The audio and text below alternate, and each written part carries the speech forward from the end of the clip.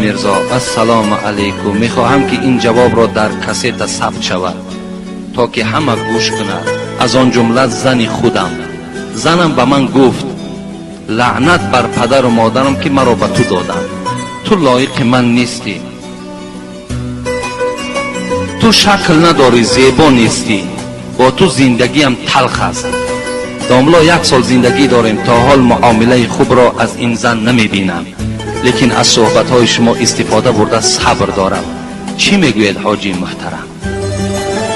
این مرد شاید گویم که سیکه و صورت نداشته است، زیبایی نداشته است، لیکن زنی خوشرو داشته است و این زن از حسابی که این بد است، این شکل ندارد، زیبایی ندارد، دل مانده شده است و حتی گفته است لعنت بر پدر و مادرم که تو را در نکاح من درآورده است. این زن به فکر من خیلی زنی به خدا باشد، از روی این معامله که اگر کرده باشد. به خدا به معنایی که یعنی ناسپاس، بنده ناشکر.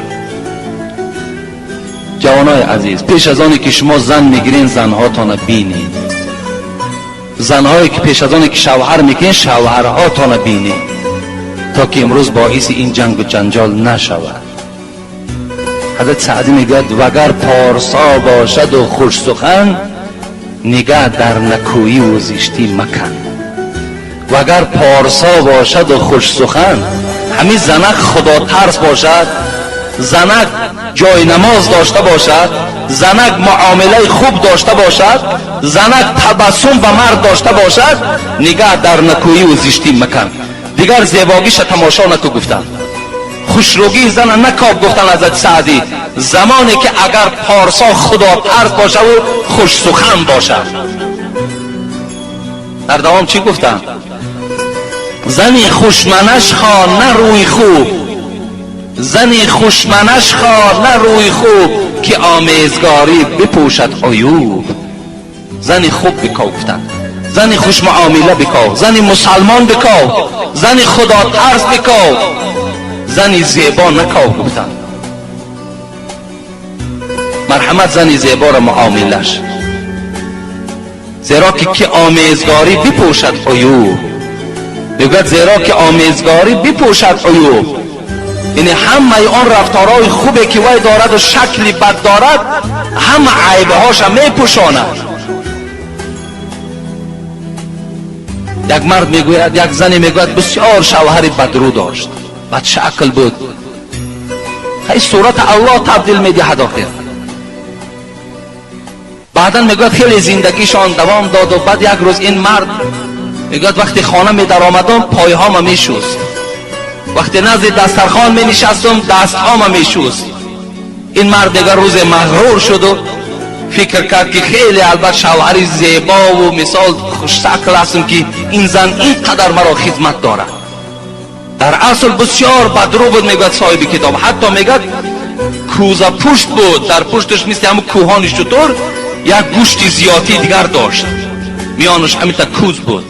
لیکن بسیار زنی صاحب جمالی خوب داشت. با زنی صاحب جمال، با زنی صاحب جمالیش باز اسلام و ایمان و خدا ترسی داشت. میگه بار این شوهر گفت ای زنک، گفت از همه دیده در دنیا کی را دوست می‌داری؟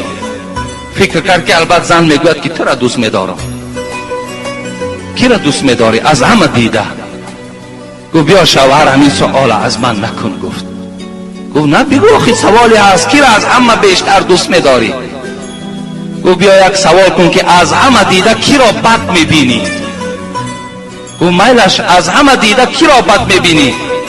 گفت به خدا قسم از همه دیده بدترین انسان به سوی من تو هستی. گفت لیکن من که زنی خدا ترس هستم. گفت این شکلی تو را بین، این قدی تو را بین، این گویم صورتی تو را بین، لیکن مادامی که من از قیامت که می ترسم خدمت تو شوهر بدرو را کرده ایستاده ام.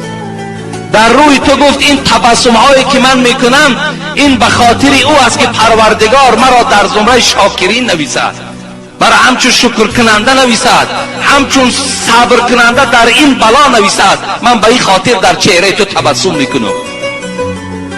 و ایلا گفت دشمنی سخترین من به سوی گفت سوی من گفت تو هستی. گفت زیرا نه شکل داری نه صورت داری.